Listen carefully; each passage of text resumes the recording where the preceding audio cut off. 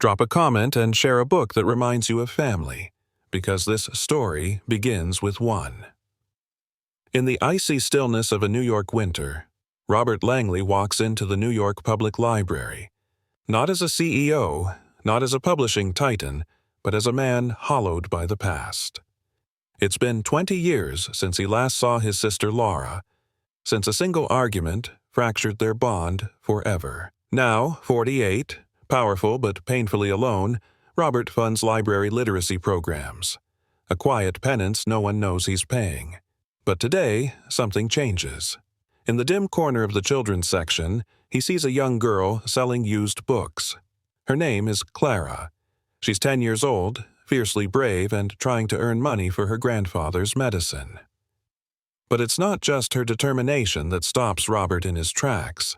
It's her eyes, her voice, and the inscription in an old poetry book she hands him, Laura, 1995. His sister's handwriting, a ghost from the past. Who is Clara, and why does Robert feel like he already knows her? As layers of grief, memory, and hidden family secrets unravel, one cold afternoon at the library may just rewrite everything Robert thought he knew about love, loss, and legacy. What happens when the story you're running from finds its way back through a child's eyes? Stay tuned, because the truth might just turn the last page on a lifelong wound. If stories like this touch your heart, hit that subscribe button and join us for more emotional, real-life narratives that remind us family is never truly lost. Sometimes it just waits in the stacks.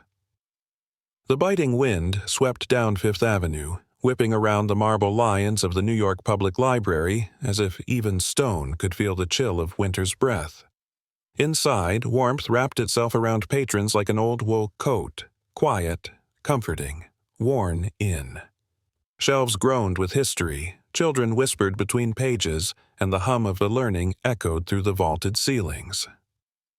Robert Langley stood at the foot of the grand staircase, his presence elegant yet subdued, the charcoal wool of his coat cutting a sharp silhouette against the golden glow of the chandeliers. At 48, Robert had built a name synonymous with power and perfection. Langley Press dominated the publishing world with its impeccable literary catalog and ruthless corporate acquisitions. And yet, behind his steel blue eyes and tightly controlled smile, something hollow pulsed. A silence he'd never filled, a name he'd never stopped whispering in his dreams. Laura, 20 years. That was the last time he'd seen his younger sister. She was just 18 then, fiery, impulsive, filled with a poet's defiance. They had fought, bitterly. One of those cruel, stupid arguments that stretch minutes into decades. The kind of silence that becomes a wound you learn to wear like a tailored suit. She left that night and never returned. No phone call, no letter, just absence. And now Robert was here, once again writing checks to fund the library's Read to Rise initiative. He told himself it was for the children, for the future of books.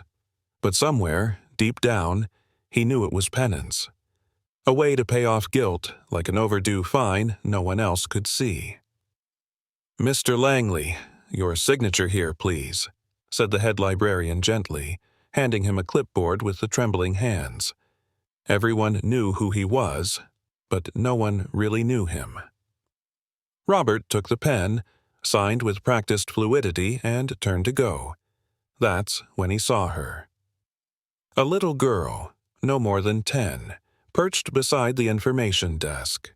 Her coat was far too big, swallowed her thin frame like she'd borrowed it from an older relative. In front of her sat a weathered cardboard box labeled Books for $1. The books were old, dog-eared, well-loved. Her fingers were red with cold, her dark brown hair tangled beneath a knit hat 2 seasons too late.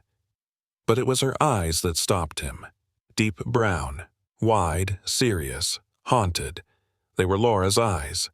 She glanced up at him with cautious curiosity, then turned her focus back to organizing the books by size. It was a quiet, meticulous act, one that suggested she was used to fixing what other people left broken. Are you selling those? Robert asked, stepping closer. His voice surprised him, gentle, almost hesitant. The girl looked up again and nodded. Yes, sir. Just $1 each. I'm trying to get enough for Grandpa's medicine. Her words were matter-of-fact, not desperate. There was no manipulation in her tone, just truth, honest, soft-spoken truth. Robert crouched to meet her at eye level. What kind of medicine? She hesitated. For his lungs. He gets real tired when it's cold. The doctor says it's chronic something. I forget the second word. But he needs the inhalers, and they cost a lot. Robert swallowed. What's your name? Clara, she said. I come here every afternoon. Grandpa says the library's the warmest place that doesn't ask questions. He didn't know whether to smile or cry. His gaze drifted to the small pile of books. One of them, a faded poetry collection with cracked leather binding, caught his eye. He reached for it, fingers brushing the brittle pages. And then he saw it, written on the inside cover in delicate cursive, Laura, 1995. The air left his lungs like a door slammed shut. His hands trembled as he turned the book toward the girl. Where did you get this? Clara tilted her head.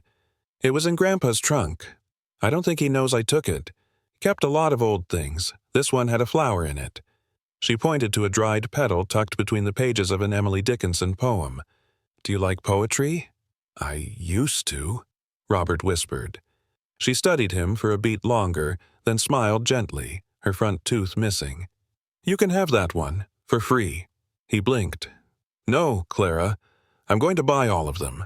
He reached into his coat, pulled out his wallet and pressed 5 crisp $100 bills into her tiny, stunned hand. This should help your grandpa.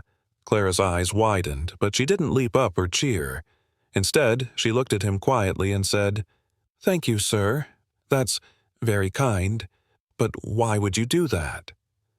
Robert stared at the poetry book again, at the handwriting that had haunted his memories. Because I think you just reminded me of someone I've been trying to forget. And in that moment, in the soft hum of the library, surrounded by stories of lives lived and lost, a single chapter reopened, one Robert had never finished reading. Robert Langley left the library with the poetry book pressed tightly under his coat, its weight far heavier than its worn spine suggested. The sidewalk was slushed with dirty snow, but he walked with an unfamiliar clarity, as if the chaos of Manhattan had dulled to a whisper. He couldn't stop turning the image of Clara over in his mind. Her calm resolve, her too-grown wisdom, and those eyes, Laura's eyes, a mirror to a past he'd buried beneath decades of profit margins and book deals. Back in his penthouse on the Upper East Side, Robert sat beneath vaulted ceilings surrounded by polished furniture and first editions no one ever read. He placed the poetry book carefully on his desk beside a photo of him and Laura from 1994, the last year they were truly close. She had her arms around his neck, both of them smiling with that bright, youthful certainty that life would always stay kind. He flipped open the book again. Laura, 1995. The handwriting was unmistakable. He ran his fingers over the ink, his pulse loud in his ears. It can't be, he whispered, but he knew it was. He would know his sister's penmanship anywhere. She'd signed every birthday card with that same elegant L, curling just enough to look like it belonged in a storybook. His phone buzzed. It was a text from Diana, his VP of Corporate Communications. Reminder, London Book Fair meeting prep tomorrow. Board expects confirmation. Robert stared at the screen, then turned it face down. The London Fair had always been a high priority. International distribution, new author signings, the usual whirlwind of deals and dinners, but now it felt distant, like a different life. What mattered at this moment wasn't another contract. It was a girl named Clara, and the ghost of his sister reaching out through a book no one had read in decades. The next morning, he returned to the New York Public Library earlier than usual. Snow was falling in light flakes, melting instantly against his cashmere coat. Inside, the library buzzed with quiet life. Students hunched over laptops, retirees browsing the classics, children whispering over picture books. He scanned the room, heart thumping. She was there. Same corner, same cardboard box, now refilled with different titles, dog-eared mysteries, yellowed cookbooks, a battered copy of Charlotte's Web. Clara sat cross-legged, humming softly as she stacked the books into neat piles. She wore the same too-large coat and a new pair of mismatched mittens. He approached slowly. "Clara?" She looked up with a small smile. "Hi, Mr. Langley." Her voice held no fear, only recognition. "Did you like the poetry book?" "I did," he said quietly, lowering himself to sit beside her. "Clara, may I ask you something personal?" She nodded, her dark brown eyes watching him with the kind of caution only a child who's seen too much would understand. "Your mother," he began, the words catching in his throat. "Is she around?" Clara hesitated. "I never knew my mom.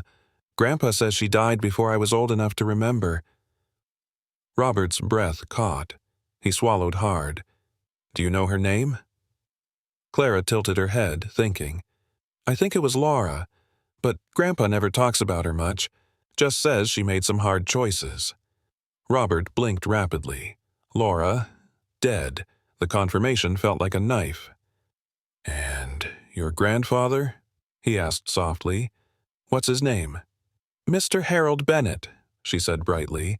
"Everyone calls him Grandpa Harry. He's really smart. Used to be a teacher, I think. He taught me how to read when I was 3. Robert froze. Bennett, Laura's high school boyfriend, the one she clung to after their falling out.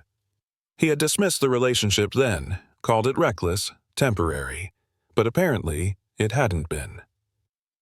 "Do you live nearby?" Robert asked carefully. Clara nodded. "In Washington Heights. Grandpa's been coughing a lot lately, so I do the books now." Something heavy settled on Robert's chest. "You shouldn't have to do that alone." She shrugged. "We all do what we can." Robert leaned forward. "Clara, would you be okay if I visited your grandfather sometime? I'd love to help." Clara studied him with narrowed eyes, weighing his words like an adult would. Finally, she nodded slowly. "Okay, but only if you bring hot chocolate," he smiled. The first real smile in days. "Deal." They sat together a moment longer, surrounded by the quiet rustle of library life. Then Robert handed her another stack of crisp bills. "Don't sell those books today," he said gently. "Keep them. Read them." Clara hesitated, then took the money with reverence. "Thank you, Mr. Langley." "No," he said, his voice thick. "Thank you." As he walked away, poetry book still in hand, one thought echoed through his mind like a forgotten verse. Laura had a daughter, and she had never told him. It was nearly midnight when Robert Langley returned home, the city outside his penthouse windows painted in a winter's hush of silver and gray. Snow flurries drifted past the glass like a dream, but his mind was far from sleep. He stood in his office, hands resting on the poetry book as if it might disappear if he looked away. The name, Laura, still echoed like a soft ache through his chest. He hadn't heard her name aloud in years, not since the night they fought, not since she vanished from his life without a trace. Opening the book again, Robert ran his fingers over the inside cover. He held a magnifying glass to the handwriting, absurdly hoping it would tell him something more, like maybe her heart had left secrets in the ink. He could still hear her voice in memory, reading aloud from poems by Frost or Plath, her tone soft but powerful, every syllable like a spell. She would have been, 26, when Clara was born? He sank into the leather chair behind his desk and stared at the ceiling. How had he missed it? How had he gone on building his company, brick by corporate brick, while his own blood struggled in silence just across the city? His phone buzzed. Diana. VP. London Fair team needs confirmation by noon. Still holding flights. Robert didn't answer. He closed the message and instead typed into his search bar, Harold Bennett, Washington Heights, former teacher. A few results populated immediately. 1. A retired literature professor, had once taught at Hunter College. A photo accompanied the listing. Robert clicked. There he was, Harold. Older now, the edges of his hair completely white, but the face was familiar. Laura had once brought him to a Christmas dinner, back when Robert was still trying to act like a brother, back when she still believed family could be repaired. He stared at the image, jaw tight. The next morning, Robert canceled all his meetings. He didn't offer an explanation. For the first time in years, Langley Press could run without his constant supervision. He pulled on a wool coat and left the office by 8 a.m., surprising his doorman with a rare weekday appearance. By 9:30, he was standing in front of a weathered walk-up in Washington Heights. The building was modest, bricks stained with time, a wrought iron gate swinging unevenly on its hinges. It smelled faintly of snowmelt and someone's overcooked oatmeal. Robert hesitated before the buzzer marked H. Bennett, 2B. Then he pressed it. A moment later, a gruff voice crackled through the intercom. "Yeah?" "Mr. Bennett," Robert began. "My name is Robert Langley. Langley?" The voice sharpened. "Yes, sir. I'm Clara's friend. I met her yesterday at the library." A long pause. "Come up." The door buzzed, and Robert stepped inside. The apartment on the second floor was small but meticulously kept. Books lined every wall, spines cracked and dog-eared, most of them classics. There was a faint hum of jazz from an old stereo in the corner, and the scent of menthol and paper filled the space. Harold Bennett stood in the living room, leaning on a cane, his posture stiff but dignified. His sharp eyes scanned Robert head to toe before motioning him in.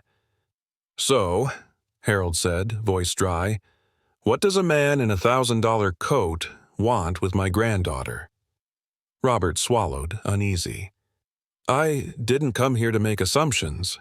I came because she reminded me of someone I once loved very much, someone I lost." Harold's face didn't move. "Laura." Robert nodded slowly. "I didn't know she had a child. I didn't know she was gone."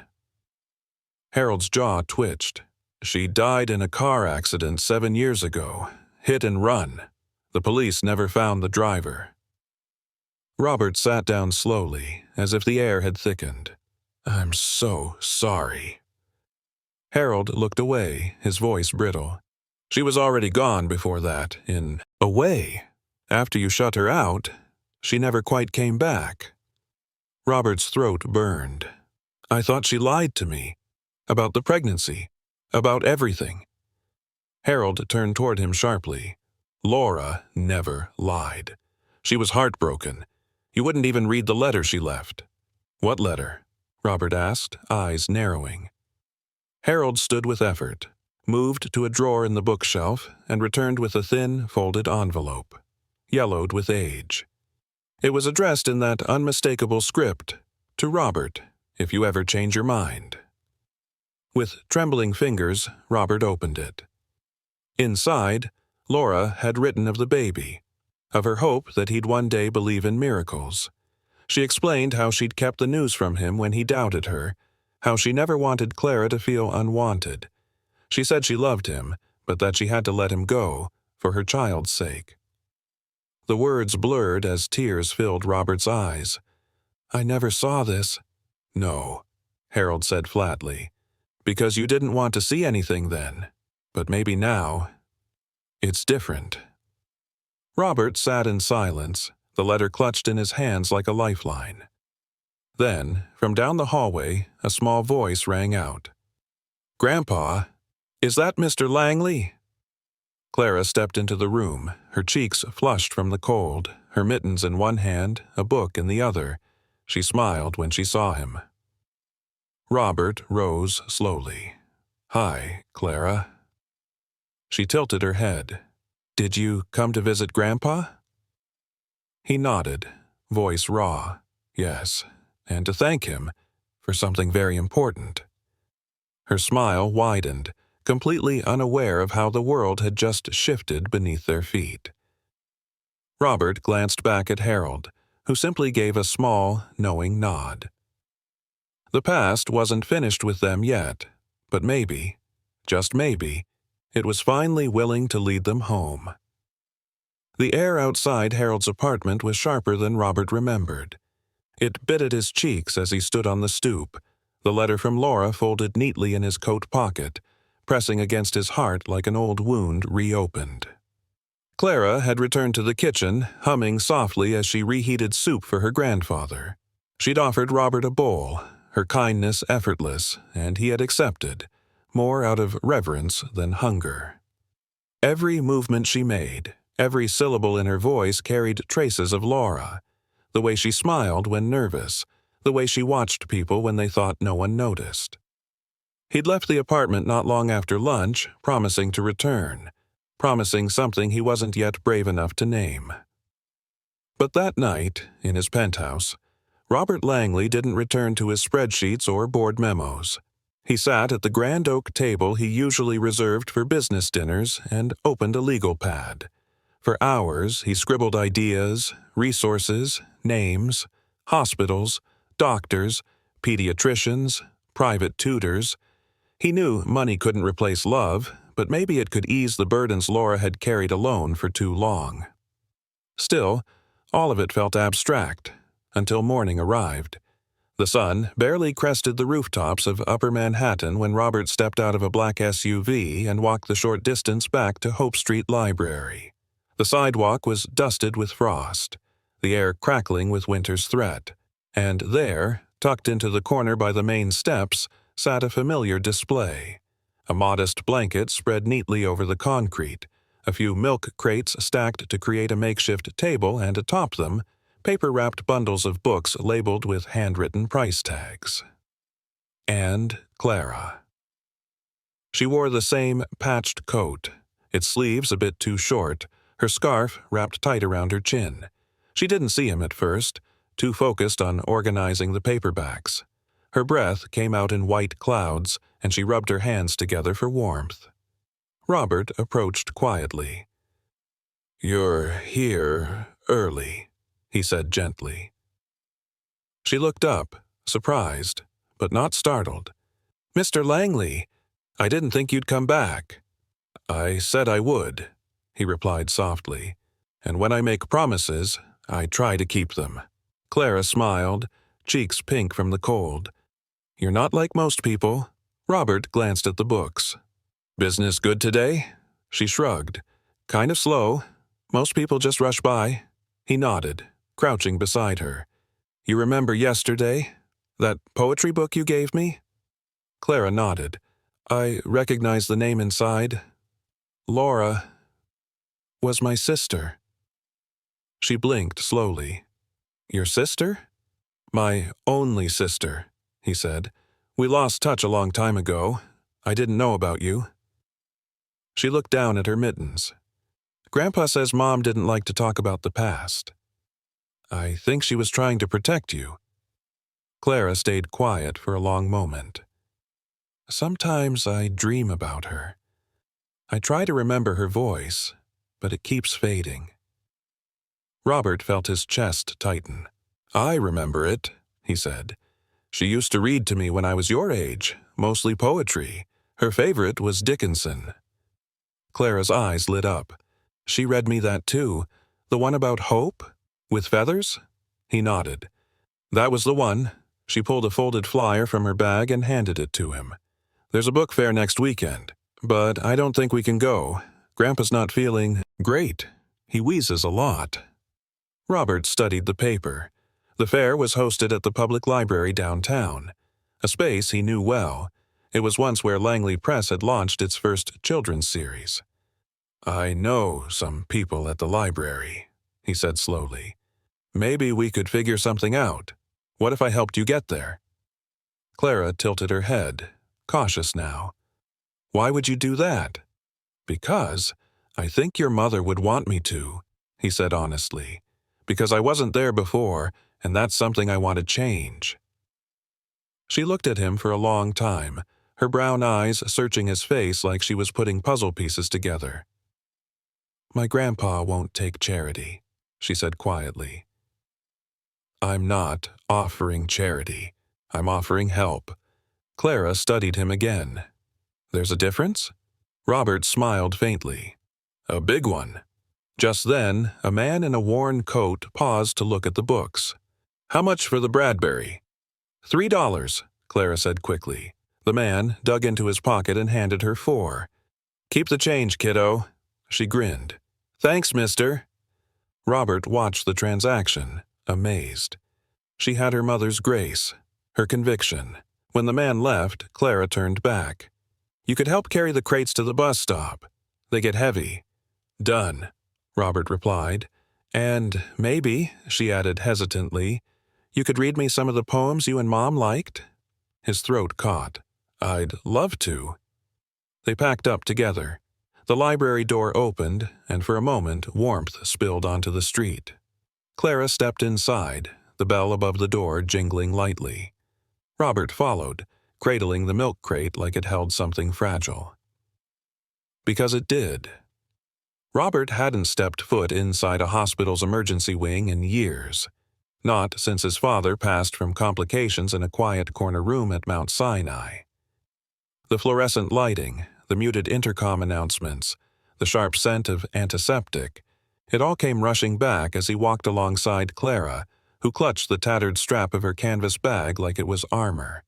Grandpa's been coughing more, she said quietly as they approached the admissions desk at New York Presbyterian. Sometimes he can't breathe right.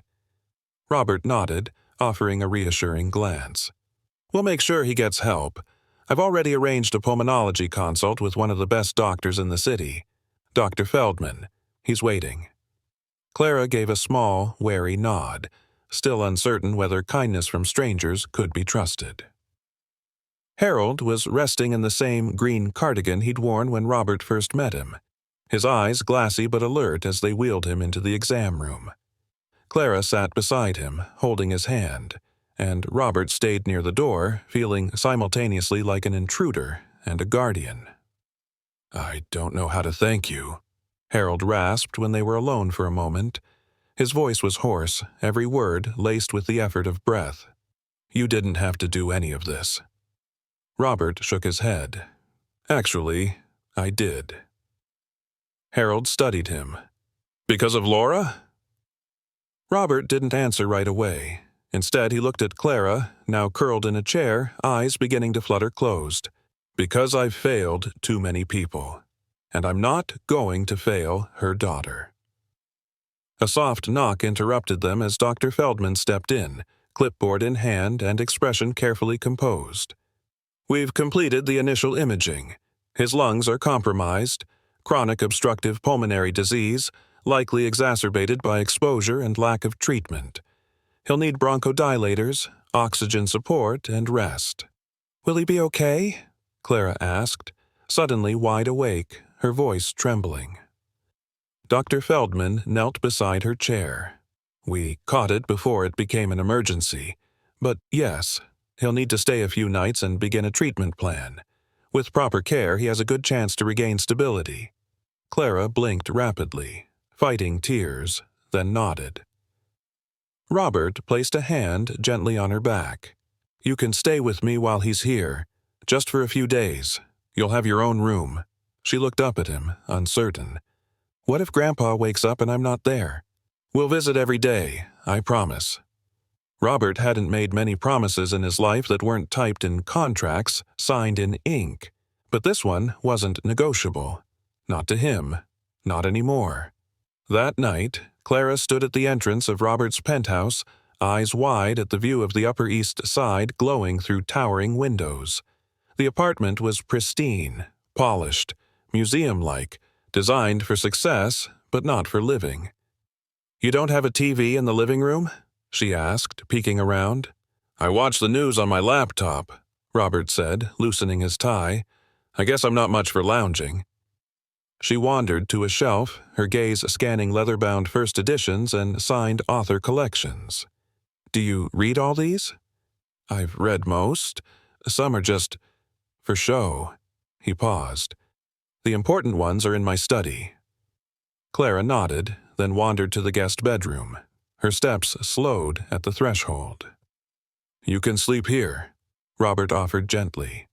"It's yours for as long as you need." She stepped inside cautiously. The bed was large, too large, and the curtains too clean. She set her canvas bag down on the nightstand like it was the only familiar thing in the world. "I've never had a room to myself," she murmured. Robert paused. "Would you like me to read to you, just for tonight?" Clara looked up, surprised. "You read?" "I used to, a long time ago." She gave a shy nod. "Okay." Robert disappeared into his office and returned with an old fraying copy of Anne of Green Gables, Laura's favorite. He opened to chapter 1 and sat in the armchair by her bed. Clara curled under the covers, her eyes wide and waiting. He cleared his throat. Mrs. Rachel Lynde lived just where the Avonlea main road dipped down into a little hollow. His voice was rough, unused, a little unsure, but as the story unfolded, Clara began to relax. Her breathing steadied. Her fingers stopped twisting the blanket. After 3 chapters, she whispered, "Thank you, Mr. Langley." Robert smiled gently. "You can call me Robert." Clara hesitated. "Okay, Mr. Robert." He laughed softly. As he stood and dimmed the lights, Clara reached for the small daisy in the glass by her bed. "This is from my mom's garden. Grandpa said she planted them in every yard." Robert stared at it, heart clenching. "She did." Clara tilted her head. "Did you know her well?" Robert sat back down, suddenly not ready to leave. "Better than anyone." There was a long silence. "She would have liked you," Clara whispered, eyes closing. "She was everything good in this world," he said quietly, "and I'm sorry I didn't protect that when I had the chance." Clara didn't respond. She was already asleep. Robert remained in the chair for a long while, watching her chest rise and fall in the soft lamplight. And for the first time in 20 years, the penthouse didn't feel so empty. The next morning, sunlight spilled through the tall windows of the penthouse, casting long golden streaks across the floor. Robert stood by the kitchen island, stirring oatmeal while glancing nervously at the recipe on his phone. It wasn't that he didn't know how to cook, he just hadn't had a reason to in years. But today was different. He peeked down the hallway toward the guest room. No sound. Maybe she was still asleep. Then came the soft shuffle of footsteps. Clara appeared, wearing one of the oversized flannel shirts he'd had a housekeeper wash and place in her room. Her hair was a little tangled, her eyes still heavy with sleep, but when she saw the steaming bowl waiting for her on the table, she smiled. "I haven't had oatmeal in forever," she said, sliding into the chair. Robert set a small plate of blueberries and brown sugar beside her. "I didn't know how you liked it, so I brought options." Clara blinked in surprise. "You did this?" "I followed directions, mostly." She grinned, sprinkling sugar into her bowl. "It smells like Grandpa's used to. Before he got sick, he'd always make it on Sundays, called it the fuel for thinkers." Robert smiled faintly. "Sounds like a wise man." They ate in comfortable silence for a moment before Clara spoke again. "Do you always eat breakfast alone?" Robert hesitated, then nodded. "Most days, yes." She looked around the spotless, echoing kitchen. "It's too quiet here." He gave a short laugh. "You're not wrong." Clara took another bite, then tilted her head. "Would it be weird if I asked for music?" "Music?" "Yeah. Harry Potter soundtrack? That's what Grandpa used to play when I read." Robert tapped his phone. Within seconds, the soft orchestral notes of Hedwig's theme filled the air. Clara grinned. "Now it feels like a bookshop, or at least a magical one." Later that afternoon, Robert returned from a brief meeting with his editor to find Clara sitting cross-legged on the living room floor, surrounded by scattered books from his private library. She looked up sheepishly. "I was careful," she said. "I just wanted to look." "No harm done," Robert said, setting his briefcase down. "Anything interesting?" She held up a worn copy of The Velveteen Rabbit. "Mom used to read this to me." Robert took a step closer, his heart thudding. "Laura did?" Clara nodded. "Grandpa had her old books in a box, but they got damaged in a flood at our last apartment." He took the book from her gently, running a hand over its cracked spine. Inside, on the first page, was a name in delicate script. Laura Bennett, Christmas 1995. Robert's chest tightened. "I gave this to her when she was 12. Clara's eyes widened. "You?" He looked at her. "I'm her brother, Clara." Silence bloomed between them like a sudden storm cloud. Clara stared, trying to fit the pieces together. "Why didn't you tell me? I didn't know. Until the other night, when I saw your eyes, when I saw the handwriting in that poetry book. I've been trying to understand it all myself." She stood slowly, the book clutched to her chest. "You're my uncle." Robert nodded, his voice low. "Yes, and I'm sorry I wasn't there. For her, for you." Clara didn't say anything. She just looked at him, long and hard, before finally sitting back down. "I think Mom would have liked you," she said, almost wistfully. Robert sat across from her. "You remind me of her, the way you speak, how you carry yourself." She gave a small shrug. "People say I'm too serious for a kid. Laura was too, until you got her laughing." "Did she laugh a lot?" "When we were kids? All the time. She had this ridiculous laugh like a hiccup and a squeak combined." He chuckled at the memory. "Drove our mom crazy." Clara's eyes lit up. "I do that sometimes." "I know," Robert said, eyes glistening. "I heard it last night, when I messed up the names in Harry Potter." She giggled again. "You called Hermione, Hermione. Well, I'm clearly in need of pronunciation lessons." Clara laughed, louder now, truly laughed, and it bounced off the polished stone walls and glass windows like music in a cathedral. Robert leaned back, letting the sound wash over him. The penthouse, once cold and sterile, was slowly filling with warmth. That evening, Robert walked Clara to the hospital, her small hand tucked into his coat pocket as the city lights flickered on around them. Inside, Harold was propped up on pillows, looking better already. "Clara," he rasped, smiling. "You brought company." Robert stepped inside. "Good to see you up, Harold." Harold's eyes twinkled. "And you. You taking care of my girl?" "She's been taking care of me, actually." Clara set the poetry book on the side table. "Guess what, Grandpa? Robert is Mom's brother. He's my uncle." Harold's expression shifted from surprise to quiet relief. "I hoped you'd figure it out." "You knew?"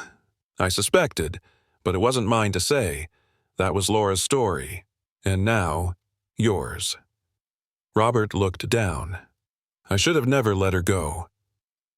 Harold reached out a trembling hand. "Then don't let her memory go. That's what she'd want." Later, back in the penthouse, Robert stood at the window as snow began to fall outside, the flakes softening the hard lines of the city. Clara came to his side. "Do you think she would have forgiven you?" she asked softly. He looked down at her. "I don't know. I think she would," Clara said, reaching for his hand, "because I do." The words were simple, but they carried the weight of something sacred. Robert squeezed her hand gently, tears burning at the corners of his eyes. "Thank you," he whispered, and for the first time in decades he felt something that had long eluded him. Belonging. A soft knock came at Robert's study door late the next morning. He looked up from his laptop, rubbing the fatigue from his eyes. Clara stood there, hesitant, holding a small wooden box no larger than a shoebox. its surface scratched and worn but carefully preserved. "I found this in Grandpa's drawer at the hospital," she said softly. "He told me to bring it to you." Robert pushed aside his manuscript notes and gestured her in. She crossed the room and set the box gently on his desk. "What is it?" he asked, but something in him already knew. Clara didn't answer right away. She just watched him as he undid the small brass latch. Inside were the pieces of a life long buried. Photographs, old receipts, a delicate silver chain with a faded heart charm, and, tucked in the bottom, a yellowing envelope with his name written in unmistakable handwriting. "Robert, if you ever find her, or she finds you." His breath caught. It was Laura's writing. His hands trembled slightly as he unfolded the letter. Clara sat quietly on the edge of a nearby chair, knees drawn up beneath her chin, watching him with a stillness far beyond her years. "Dear Robert, if you're reading this, it means I couldn't bring myself to say these words in person. Or maybe life just got in the way again. I hope that somewhere along the line, time softened your heart. I hope you've forgiven me. When I left that night, I wasn't running away from you. I was running from everything I believed I'd destroyed. You were angry, and I was scared. I thought if I gave you space, you'd come find me when you were ready, but you never did." Robert paused, throat tight, memories flooding him, of their argument, of shouting things neither meant, of the silence that followed her disappearance.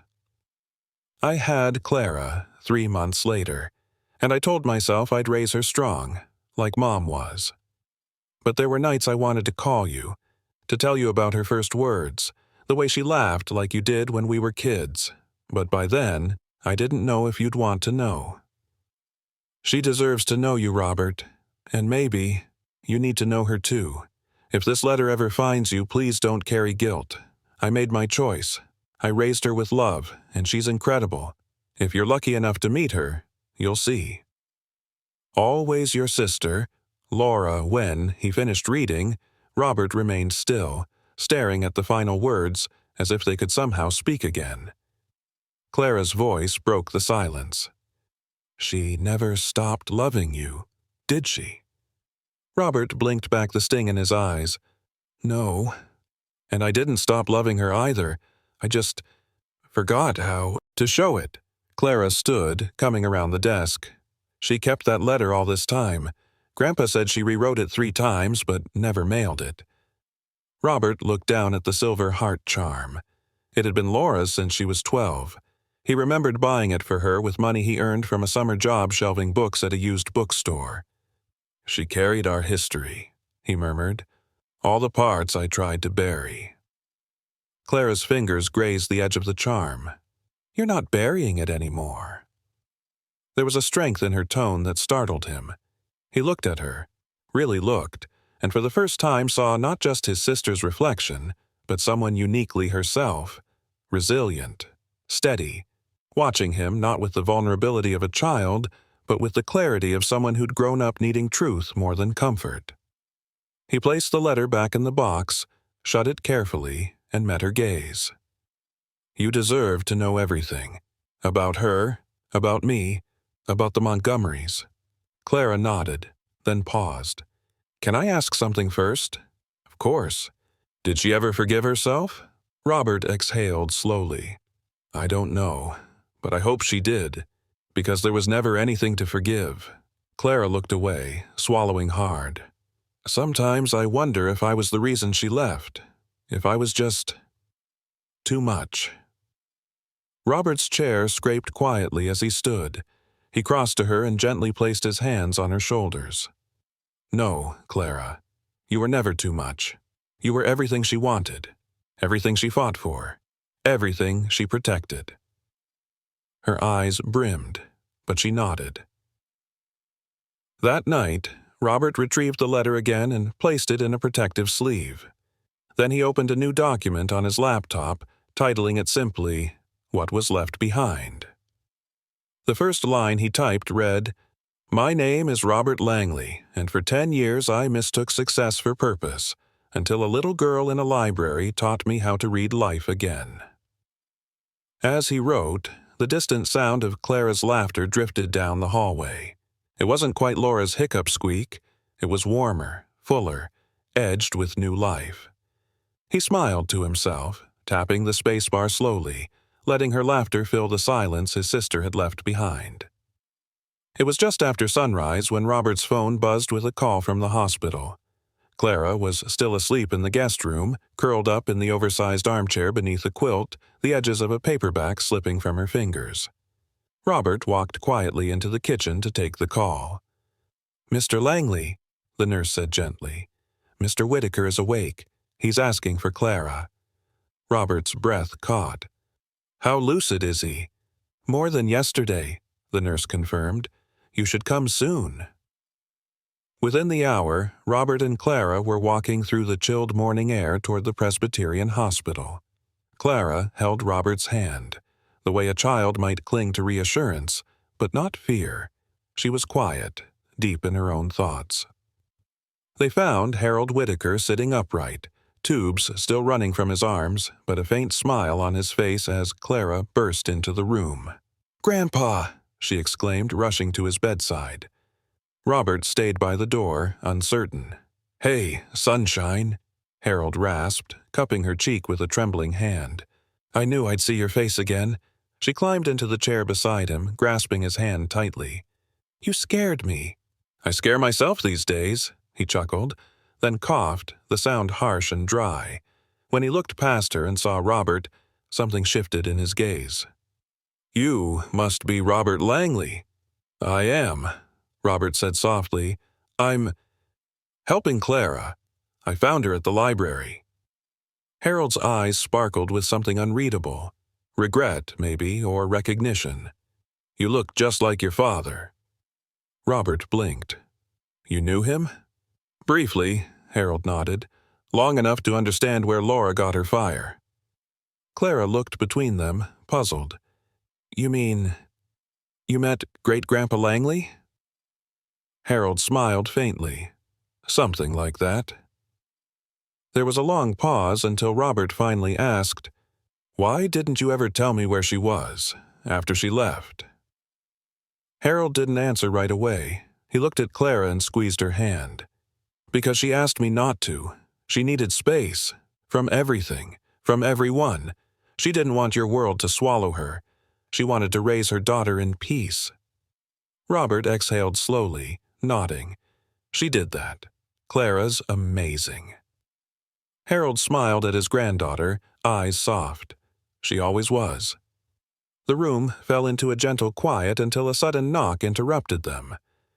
The door opened, and a tall man stepped in.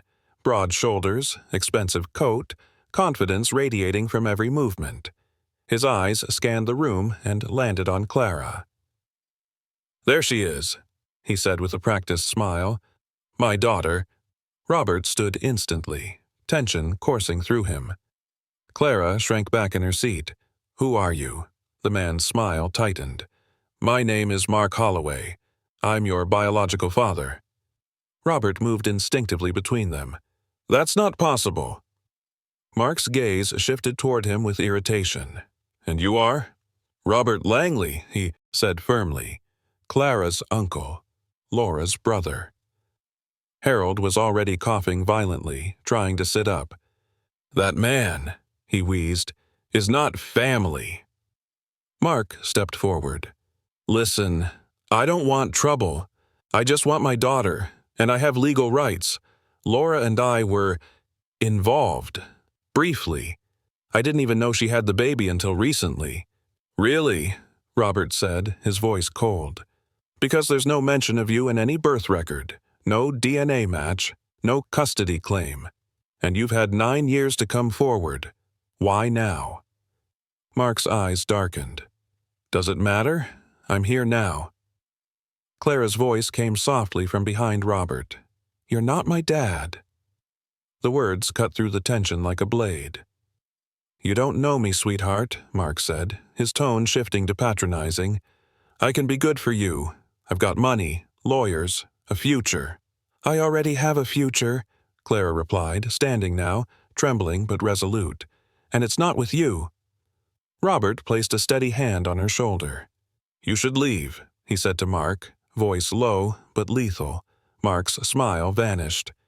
"This isn't over." "Yes," Robert said, meeting his eyes. "It is." Mark turned, muttering something under his breath as he stormed out.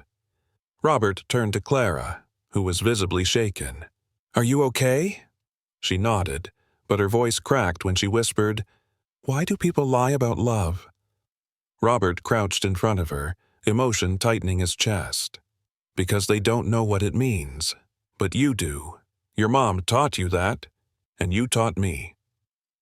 Harold watched them both, his face pale but proud. "She's got Laura in her," he murmured. "Heart first. Always heart first." That evening, the story hit the tabloids. "Publishing tycoon adopts girl for publicity?" The headline was cruel. Mark had gone to the press. The board called an emergency meeting. London was on the line. Damage control was in motion. But Robert Langley wasn't moving. He sat beside Clara that night as she read a poem aloud, her voice soft but confident. "Do you have to go?" she asked. He met her gaze. "Not this time." The world could wait. Rain tapped against the window like quiet fingers as dusk fell over Manhattan. The Langley apartment, usually so precise and pristine, was now a landscape of cozy clutter. Books stacked on tables, a tea mug half full, a scarf Clara had dropped on the floor hours ago. Robert sat on the edge of the living room couch, hands clasped together, staring at the flickering headlines on the muted TV screen. CEO Robert Langley, accused of using child for public sympathy. Amid industry shakeup. He muted the channel before Clara could see it. She was in her room, reading the same poetry book she'd been carrying around for days. Laura, 1995, was still scrawled in faded ink on the title page. Sometimes she just held it, like a keepsake, like a memory. Robert leaned his head back and exhaled slowly. The board had called again. The London Book Festival was 5 days away. Langley Press was expected to host a panel on publishing with purpose. And yet, they were pushing him to attend not because of purpose, but because of optics. Because a presence in London would help distance the company from the controversy. Controversy. That was how they labeled his niece now. He rose to his feet and walked toward Clara's room. The door was slightly ajar. She was curled under a blanket, the book open across her chest, eyes fixed on the ceiling. "You okay if I come in?" he asked gently. She nodded without looking at him. He stepped in and sat beside the bed, resting his elbows on his knees. "I heard what the reporter said," Clara murmured. "At school, too. One teacher asked if I really belonged with you." Robert closed his eyes, jaw tightening. "I don't understand why they care," she added, voice trembling. "Why it matters if we're a family or not." "It matters because people are afraid of what they don't understand," Robert replied, his voice softer now. "They see a man like me, business, suits, money, and they assume everything is calculated. But not this, not you." Clara turned her face toward him. "Will they make you go to London?" "They can try," he said with a tired smile, "but the only place I'm going this weekend is to your poetry reading." Clara blinked, surprised. "You remembered?" "Of course I remembered. You've been rehearsing in the bathroom mirror all week. I heard your line about the moon being a silver tower." She flushed. "That's not the final version." "It should be. It's beautiful." She hesitated, then asked, "What if the court doesn't let you keep me?" Robert felt that question like a sharp pebble in his shoe, small but relentless.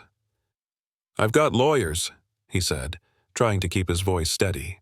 "And a DNA test, and your mom's letter, But more than any of that, Clara, I've got the truth, and I've got you." She shifted closer, resting her head against his arm. "Do you promise you won't leave?" she whispered.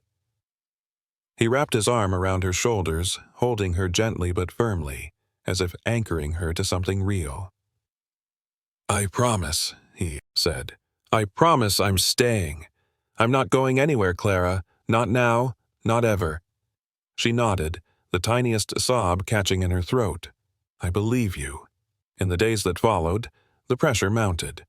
The publishing house's PR team begged Robert to release a statement clarifying the nature of his relationship with Clara. One headline screamed, "Langley, CEO, skips London. Chooses orphan over empire." And yet, as the noise grew louder, so did something else. Support. Dozens of authors who had once worked with Laura quietly reached out. One donated a percentage of her royalties to support Clara's education. Another offered to co-host a children's reading event with her. Emails poured in from readers moved by the story, real people who saw past the media spin.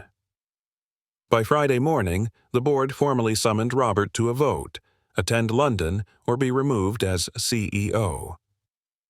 He walked into the conference room, faced 12 silent men and women, and placed Laura's poetry book on the table. "This company was built on stories," he began, "and this story, Clara's story, is the one I choose." "You're risking everything," one executive said coldly. "No," Robert replied. "I'm finally protecting something that matters." He turned and walked out, not waiting for the vote. That evening, Robert returned to the apartment just as Clara was pinning a small paper moon to the wall above her bed. "You're home early," she said. "I told the board I'm not going to London." Her eyes lit up with disbelief. "You really stayed. I meant it when I said you're my family. And tomorrow night, I want to hear that silver tear line." She grinned and held out her hand. "Want to practice with me?" He took her hand without hesitation. The world outside kept spinning, but in that small, warm apartment tucked above the city noise, a new kind of future was being written, one where stories weren't just printed in books, but lived and fought for. And this one, Robert knew, had only just begun. Saturday evening arrived wrapped in a hush of early winter snow, the kind that blanketed New York in a soft quiet, as if the city itself paused to breathe. Inside the New York Public Library's grand rose reading room, the golden chandeliers cast warm light over an audience gathered for the children's poetry recital. Rows of wooden chairs filled quickly. Parents, teachers, students, all bundled in scarves and coats, shedding the cold as they leaned into the warmth of shared stories. Robert sat in the third row, his heart pounding beneath his wool coat. Clara had insisted he not sit up front. "You'll make me nervous, Uncle Robert." She had started calling him that a week ago, and every time she did, it struck him like a quiet miracle. To his left, Mr. Jenkins from the hospital nodded respectfully.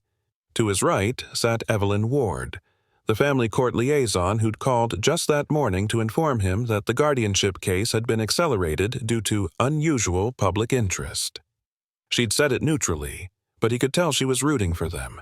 She hadn't said so directly, but he saw it in the way she smiled when Clara's name came up. Clara peeked out from the velvet curtain at the side of the stage, then disappeared again. A soft laugh rippled through the front row. Someone had spotted her. Robert smiled, gripping the worn poetry book he now carried everywhere. Laura's name was still penciled faintly on the title page, a whisper from the past that anchored the future. The librarian stepped up to the podium and tapped the microphone gently. "Thank you all for joining us tonight for our annual Youth Voices poetry recital. Tonight, our children share their hearts, and we are so proud to be part of their journey." Applause followed. Then the program began. Child after child stepped up, some shy, some bold, all of them brave. Then came the moment Robert had been holding his breath for, "And now," the librarian announced, "please welcome Clara Bennett." Clara stepped onto the stage in a navy blue dress and silver shoes that had once belonged to Laura. Ruth had found them in storage and cleaned them with tears in her eyes. Clara clutched her folded paper, glancing once toward Robert, who gave her a soft, steady nod. She took a breath, unfolded the page, and began. A poem for the one who stayed. I used to think family was something you were born into. Blood and names and faces and faded photographs. But then I learned family can be found in a smile, in someone who sees your worth before the world does. Her voice trembled but grew stronger with each line. You came when the sky was gray, when I sold words like petals and the world walked by too fast to care. But you stopped. You saw. You listened. Robert blinked rapidly. He wasn't the only one. I didn't ask for you to stay, but you did, and in your silence, I heard hope. In your eyes, I saw home. There was a pause. For a moment, Clara looked like she might cry, but then she smiled, timid, radiant, and delivered her final line. So, this is for you, the one who stayed. You turned my maybe into always, my stranger into family. Applause erupted. Not polite, not routine, real, full-hearted clapping from everyone in the room.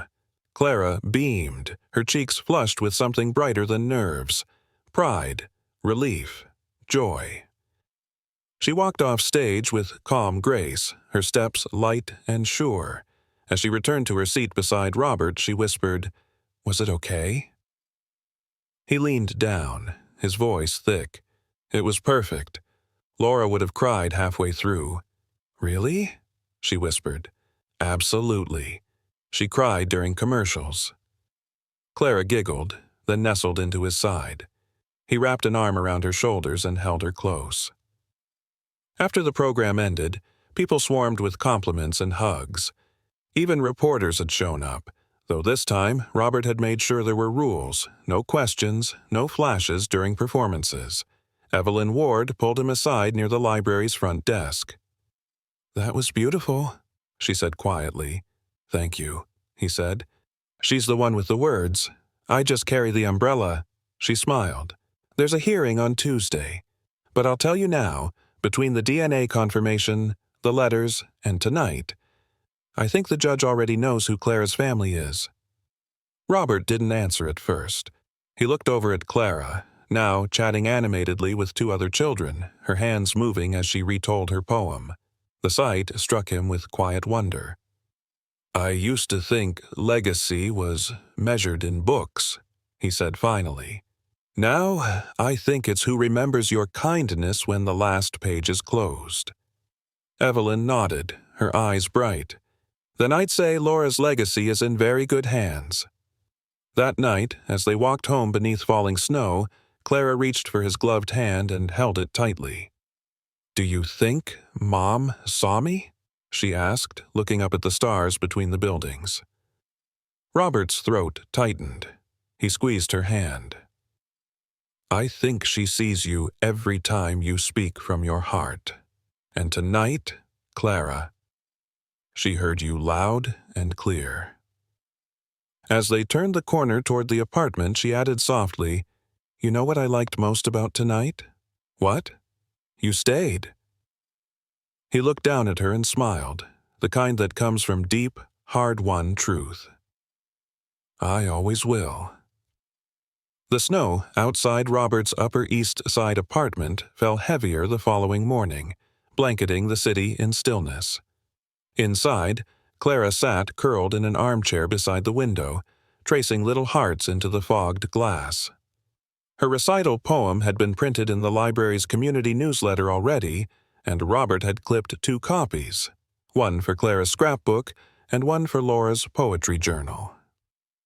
Robert stood in the kitchen, stirring oatmeal absent-mindedly.